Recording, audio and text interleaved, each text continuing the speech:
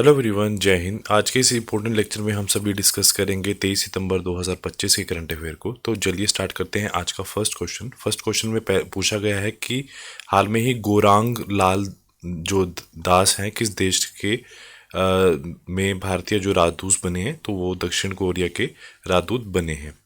तो उसके बाद है गोरांग लाल दास जो है भारत सरकार ने दक्षिण कोरिया के एक नए राजदूत नियुक्त किए हैं। वो 99 बैच के जो है भारतीय विदेश सेवा आईएफएस अधिकारी हैं। उन्होंने भारत चीन संबंधों को सुधारने के लिए बहुत महत्वपूर्ण वार्ता में हिस्सा भी लिया है। इससे पहले जो दक्षिण कोरिया के राजदूत थे उनका नाम था अमित कुमार, पहले से कार्यरत थे। उसके साथ साथ है कुछ और भी नियुक्त किए गए भारतीय राजदूत, जैसे कि दीपक मित्तल जो हैं अरब अमीरात के हैं, दिनेश के पटनायक कनाडा, आलिया वाती लेगू कुमार उत्तर कोरिया, अनुराग भूषण जो है स्वीडन के, जितेंद्र पाल सिंह इजराइल, दिनेश भाटिया जो है ब्राज़ील के, अजीत विनायक गुप्ते जो है मिस्र के, अरुण गोयल जो है क्रोएशिया के, और विनय मोहन कातना जो है वो अमेरिका के नियुक्त किए गए हैं। उसके बाद है नेक्स्ट क्वेश्चन जो है अबू करगल जो योजना है किस राज्य में शुरू की गई है, तो वो हाल में ही तमिलनाडु सरकार द्वारा लॉन्च की गई है। अब इसके अंदर है क्या है, इस जो लॉन्च की है, तो तमिलनाडु के जो सीएम हैं के स्टैलिन जो हैं उन्होंने 15 सितंबर 2025 को इस योजना की शुरुआत की थी। यह योजना अनाथ बच्चों के लिए है जिनके जो माता पिता हैं उन्होंने दोनों ही खो दिए हैं, उन बच्चों के लिए है। इस योजना के तहत ऐसे बच्चों को 18 वर्ष की आयु तक स्कूल की पढ़ाई पूरी करने के लिए हर महीने 2,000 रुपये की आर्थिक सहायता दी जाएगी। उसके साथ साथ अगर वो बच्चा मतलब ग्रेजुएशन करना चाहता है तो सरकार जो स्कूली शिक्षा पूरी करने के बाद कॉलेज की पढ़ाई, कौशल विकास परीक्षण, स्किल डेवलपमेंट ट्रेनिंग का भी मौका दिया जाएगा। उसके बाद अगला क्वेश्चन पूछा गया है जो मारियम जो फातिमा है किस राज्य की पहली महिला फीडे मास्टर बनी है, तो वो हाल में ही बिहार राज्य से है जो पहली फीडे मास्टर बनी है। तो उसके बारे में फातिमा कौन है? मारियम फातिमा मुजफ्फरपुर बिहार की रहने वाली है। वो बिहार की पहली महिला फीडे मास्टर बनी है। यह उपाधि उन्हें विश्व शतरंज संघ के उनके शानदार प्रदर्शन के अधिकार पर दी गई है। मारिया वर्तमान में बिहार की राज्य की महिला शतरंज चैंपियन भी है। उसके बाद अगला क्वेश्चन पूछा गया है कि राजस्थान में किस जिले में जो लिथियम का भंडार मिला है, तो वो नागौर जिला है जहाँ पर लिथियम का भंडार मिला है। उससे उससे इससे पहले हम जो लिथियम के ऊपर डिपेंड है वो किसके ऊपर है? चाइना देश के ऊपर हम लिथियम के ऊपर डिपेंड है, वहाँ से एक्सपोर्ट करवाते हैं और इंपोर्ट करवाते हैं। और तो लिथियम भंडार के बारे में, नागौर जिले के जो डोगान क्षेत्र में रेवत पहाड़ियों में लिथियम का भंडार मिला है। यह खोज भारतीय भूविज्ञान सर्वेक्षण जीएसआई ने की है। इससे भारत का सबसे बड़ा लिथियम भंडार भी माना जा रहा है। इससे पहले हम इस क्षेत्र में हम टंगस्टन का खनन होता था। इस खोज में भारत की लिथियम आयात पर जो चीन के ऊपर हमारी निर्भरता थी वो कम हो जाएगी। वर्तमान में हम कम से कम 70 से 80% लिथियम चीन से आयात किया जाता है। उसके बाद अगला क्वेश्चन पूछा गया है कि भारतीय स्टेट बैंक ने येस बैंक से कितना प्रतिशत हिस्सेदारी SMBS को बेची है, तो वह 13.18% की जो हिस्सेदारी है वो बेची गई है। तो हुआ क्या है, भारतीय स्टेट बैंक ने येस बैंक को अपनी 13.18% हिस्सेदारी जापानी कंपनी जो है समितो मुस्ताई बैंक कॉरपोरेशन को बेच दी है। यह सौदा लगभग 10,300 करोड़ रुपए में पूरा हुआ है। इस एक डील के बाद SMBS जो येस बैंक की सबसे बड़ी विदेशी हिस्सेदारी है जो फॉरेन स्टेक होल्डर बन गई है। तो अभी येस के बैंक के बारे में डिस्कस करते हैं। जो स्थापना हुई है येस बैंक की वो है 2003 में, जो मुख्यालय है मुंबई महाराष्ट्र में। संस्थापक कौन है? राणा कपूर और अशोक कपूर। गैर कार्यकारी अध्यक्ष कौन है? R गांधी। वर्तमान MD और CEO कौन है? प्रशांत कुमार। उसके बाद अगला क्वेश्चन पूछा गया है कि महिला और जो बाल विकास मंत्री अन्नपूर्णा देवी ने कितने पालनघर और आंगनवाड़ी सह शिशु देखभाल केंद्रों का उद्घाटन किया है, तो उन्होंने 502 का जो उद्घाटन किया है। उसके साथ जो हमारी महिला व बाल विकास मंत्री अन्नपूर्णा देवी ने देश भर में जो है पालन घर आंगनवाड़ी सह शिशु देखभाल केंद्रों का उद्घाटन किया है। यह केंद्र छोटे बच्चों की देखभाल पोषण सुरक्षा के लिए बनाए गए हैं। इन केंद्रों पे बच्चों को पौष्टिक आहार, स्वास्थ्य जांच और खेल शिक्षा की सुविधा भी प्रदान की जाएगी। उसके बाद है अगला क्वेश्चन, हाल में ही जो एशियाई जो कैडेट कप 2025 की मेजबानी कौन करेगा? तो उत्तराखंड जो है उसकी मेजबानी करने अभी हाल में ही करेगा।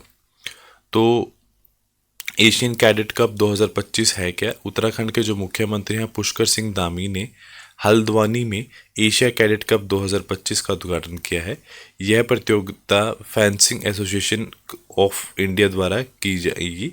आयोजन स्थल कहाँ पे? इंदिरा गांधी अंतर्राष्ट्रीय खेल स्टेडियम। यह भारत की आयोजित पहली अंतर्राष्ट्रीय तलवारबाजी प्रतियोगिता है, जिसके अंदर 250 प्लस एथलेटिक भाग ले रहे हैं, जिनमें से जो 150 हैं वो भारतीय एथलीट शामिल हो रहे हैं।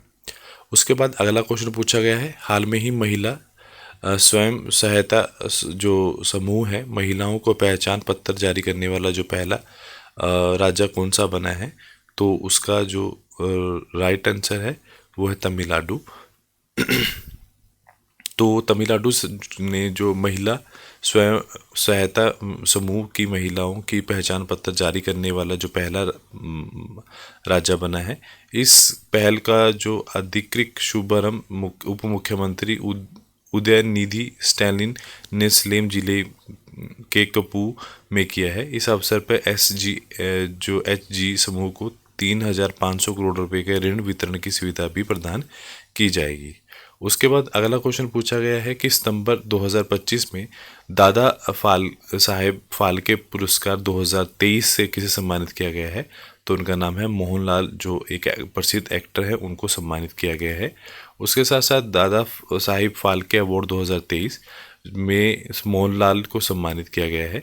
यह पुरस्कार भारत सरकार द्वारा भारतीय सिनेमा के जनक माने जाने वाले दादा साहेब फाल्के के नाम पर स्थापित किया गया था। दादा साहेब फाल्के ने 1913 में भारत की पहली पिक्चर फिल्म जो है राजा हरिश्चंद्र बनाई थी। ये इस पुरस्कार की जो शुरुआत हुई थी 1969 में हुई थी।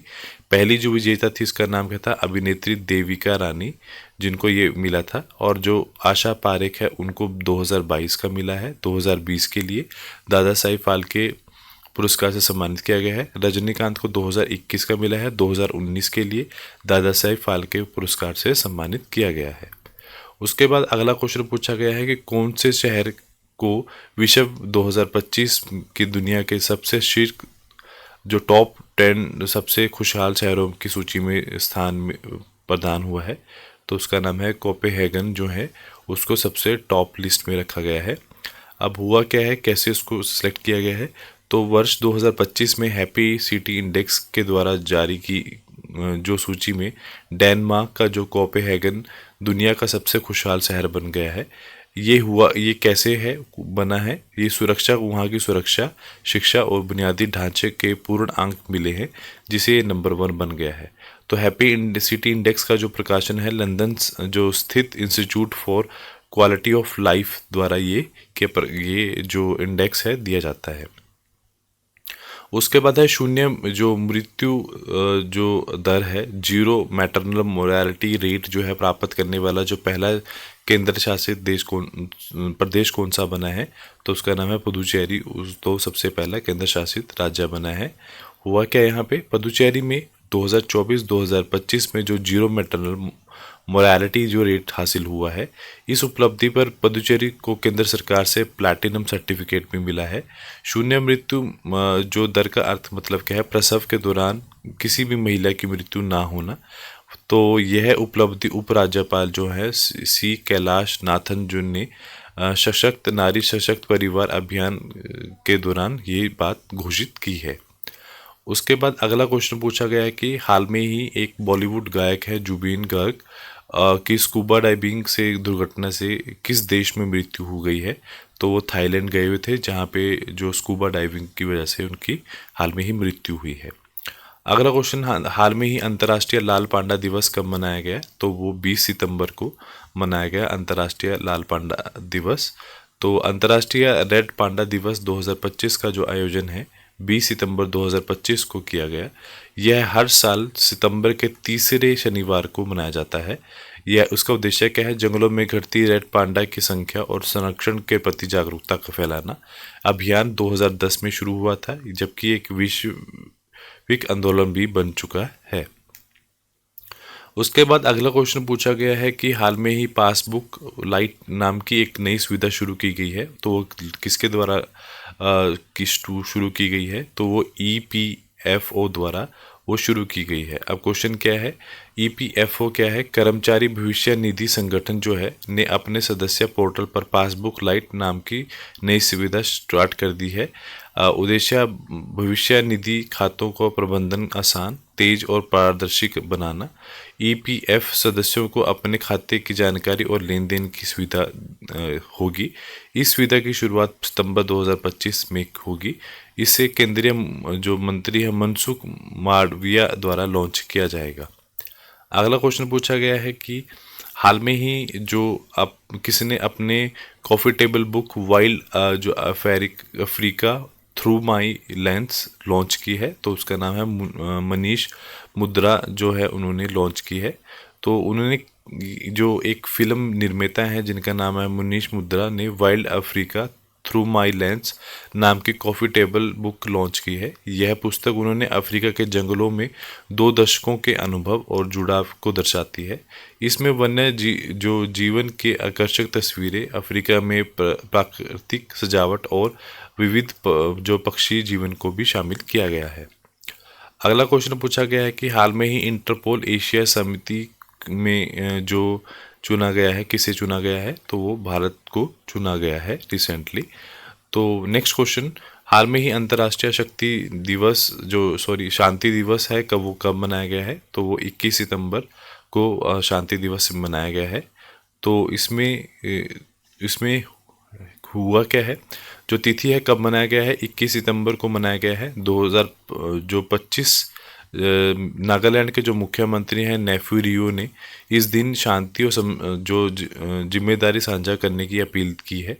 यह दुनिया भर में शांति की संस्कृति निर्मित करने के लिए एक साझा तिथि के रूप में घोषित किया गया है। संयुक्त राष्ट्र महासभा ने 1981 में प्रस्ताव 36/67 द्वारा इसे मान्यता दी गई थी। तो यह पहली बार 1982 में अंतर्राष्ट्रीय दिवस मनाया गया था। अगला क्वेश्चन पूछा गया, हाल में ही महालया का त्यौहार प्रमुख रूप से किस राज्य में आयोजित किया गया है? तो उसका जो राइट आंसर है वो पश्चिम बंगाल है, वहाँ पर ये आयोजित किया गया है। तो महालया है क्या? महालया पितृपक्ष के समापन और दुर्गा पूजा उत्सव की शुरुआत का प्रतीक है। यह मुख्य रूप से पश्चिम बंगाल और बांग्लादेश के बड़े उत्सव और धूमधाम से मनाया जाता है। महालया के दिन से ही माँ दुर्गा स्वागत की तैयारियां शुरू हो जाती हैं। मान्यता है कि इस दिन माँ दुर्गा ने महिषासुर को वध करने के लिए पृथ्वी पर प्रस्थान कर लिया था। उसके बाद अगला क्वेश्चन पूछा गया है कि हाल में ही नमो युवा जो दौड़ है वो कहाँ बनाई गई है? तो हाल में ही वो दिल्ली के अंदर बनाई गई है। तो हुआ क्या है? नमो युवा जो रन अभियान की जो शुरुआत है प्रधानमंत्री नरेंद्र मोदी के 17 सितंबर उनका बर्थडे था, उनका कौन सा बर्थडे था? 75 जन्मदिन के अवसर पर की गई है।